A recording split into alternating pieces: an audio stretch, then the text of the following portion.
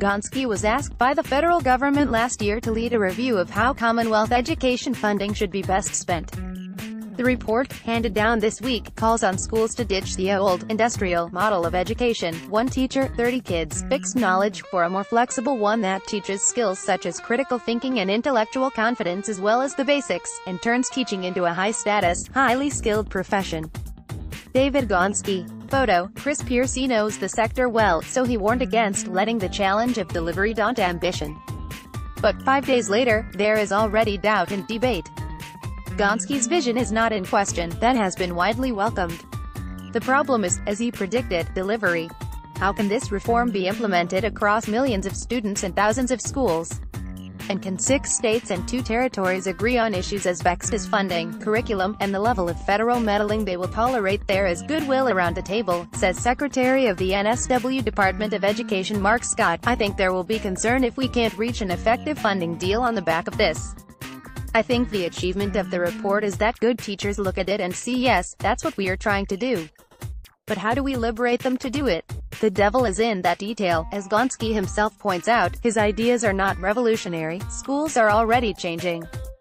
At St. Luke's in Marsden Park, there are cushions rather than chairs, screens instead of blackboards, and barely a desk to be seen.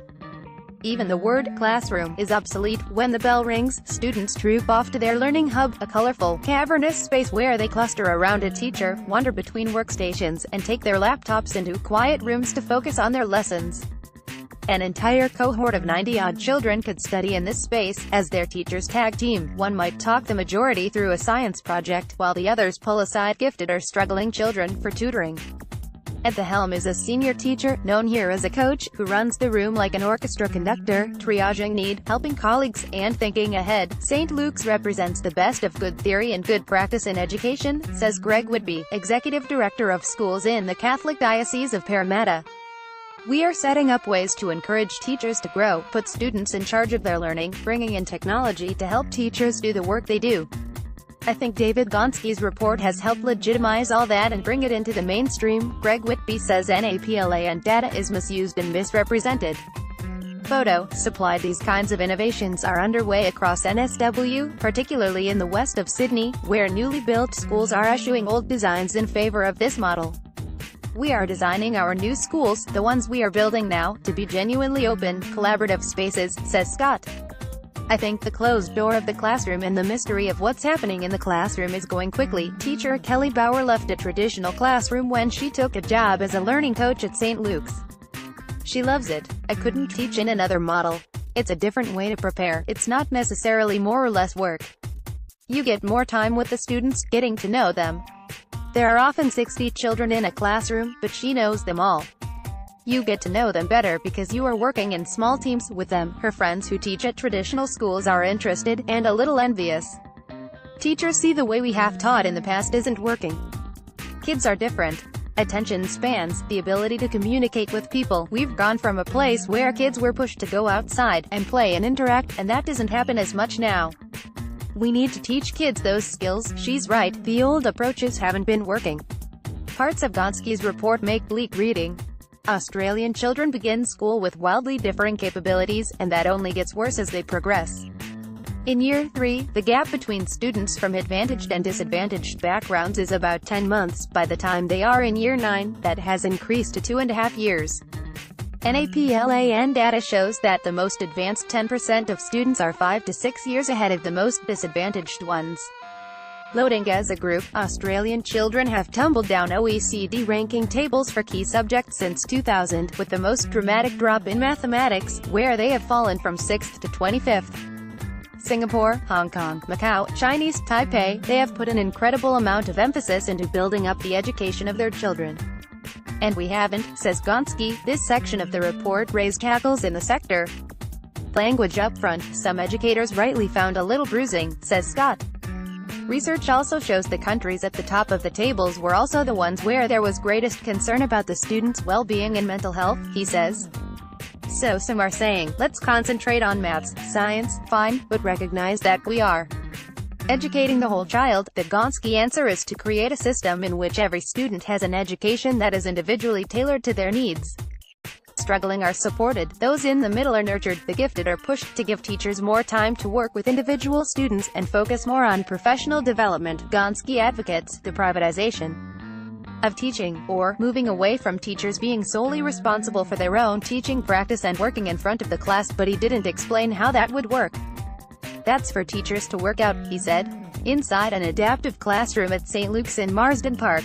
Photo, Nick Morbid. Tailoring teaching to individual students has raised questions about how such intensive work can be done in a system crowded with kids of vastly different needs, and staffed by teachers that, many argue, already have their hands full. If you want to do this work properly, you need to give teachers much more time, says Maury Mulheron, president of the NSW Education Federation. Gonski has a few suggestions.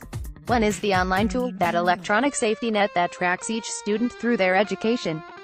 It could liberate teachers from report cards, marking, and even parent-teacher interviews. Not only does it mean you don't have the pent-up thing of having to write the reports, the online tool should allow correspondence with the parents whenever you wish, he says. The online tool has the in-principle support of Scott at NSW Education. One of the mysteries for a teacher is what a student knows, and if they don't understand something, why not? A good formative assessment tool is like a good diagnostic tool that identifies gaps and helps us to immediately step in and help, he says.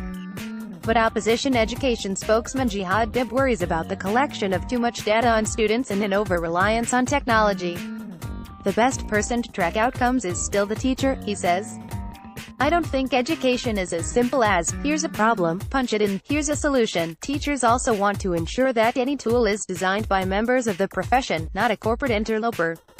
That's an absolute bottom line, we'll walk away from it otherwise, says Mulheron. Maury Mulheron. Photo, Jeff Jones. Gonski also suggests freeing teachers from tasks that can be done by non-teachers, using volunteers for playground duty, for example.